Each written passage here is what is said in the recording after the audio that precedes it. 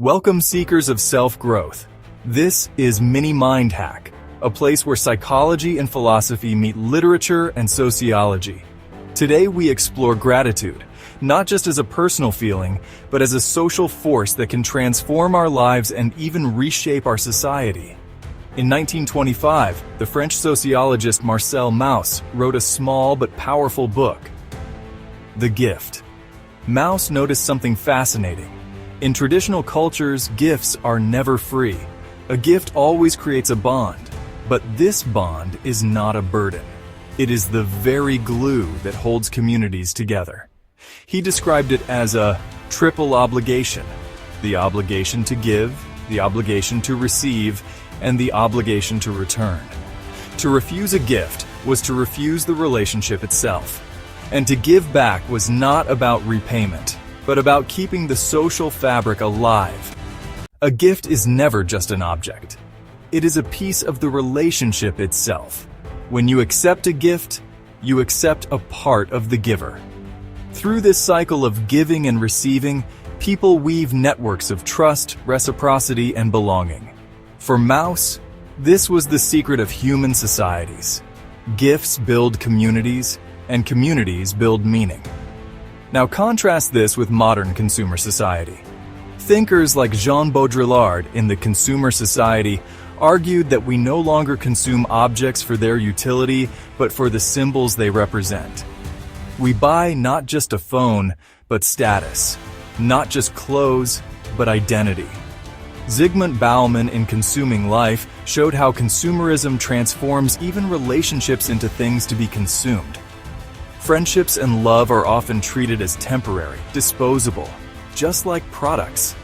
And Herbert Marcuse in One-Dimensional Man warned that consumer society creates false needs, distracting us from what truly matters and keeping us trapped in cycles of passive consumption. Here lies the paradox. The more we consume, the more we feel the emptiness inside. Our shopping carts are full, but our sense of meaning is often empty.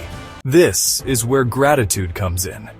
Gratitude is a daily practice of noticing what we have already received. It shifts our mindset from "what am I lacking?" to "what have I been gifted with?" The time a friend shared with me, the fresh air outside, the body that carries me, the simple fact that I woke up this morning. Gratitude brings us back into Mauss's world, the world of gifts and relationships, instead of the endless treadmill of consumption. On a personal level, gratitude improves well-being, lowers stress, and builds resilience. But there is a deeper layer. Gratitude is also social. When you live with gratitude, you create ripples.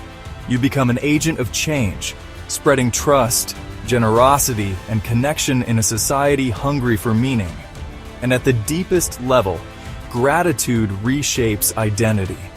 In consumer society, identity is fragile, built on possessions and appearances. But in the world of gifts, identity is relational. You become who you are through the bonds you nurture. By giving, receiving, and returning, you see yourself reflected in others, and they see themselves reflected in you. In that mirror, you become more fully human. Gratitude is not just self-help. It is quiet resistance against consumerism. It is the art of building a truer self, rooted not in things but in relationships. So remember, gratitude is more than saying thank you. It is a way of seeing the world, a way of finding yourself, and a way of changing society. This week, try one thing. Each day, write down one gift you received, something you didn't buy but were given. Notice how it feels, and notice how it shapes your sense of self. That's all for today. Thank you for watching, and don't forget to subscribe to our channel and turn on notifications to stay updated with our latest videos. We look forward to seeing you next time.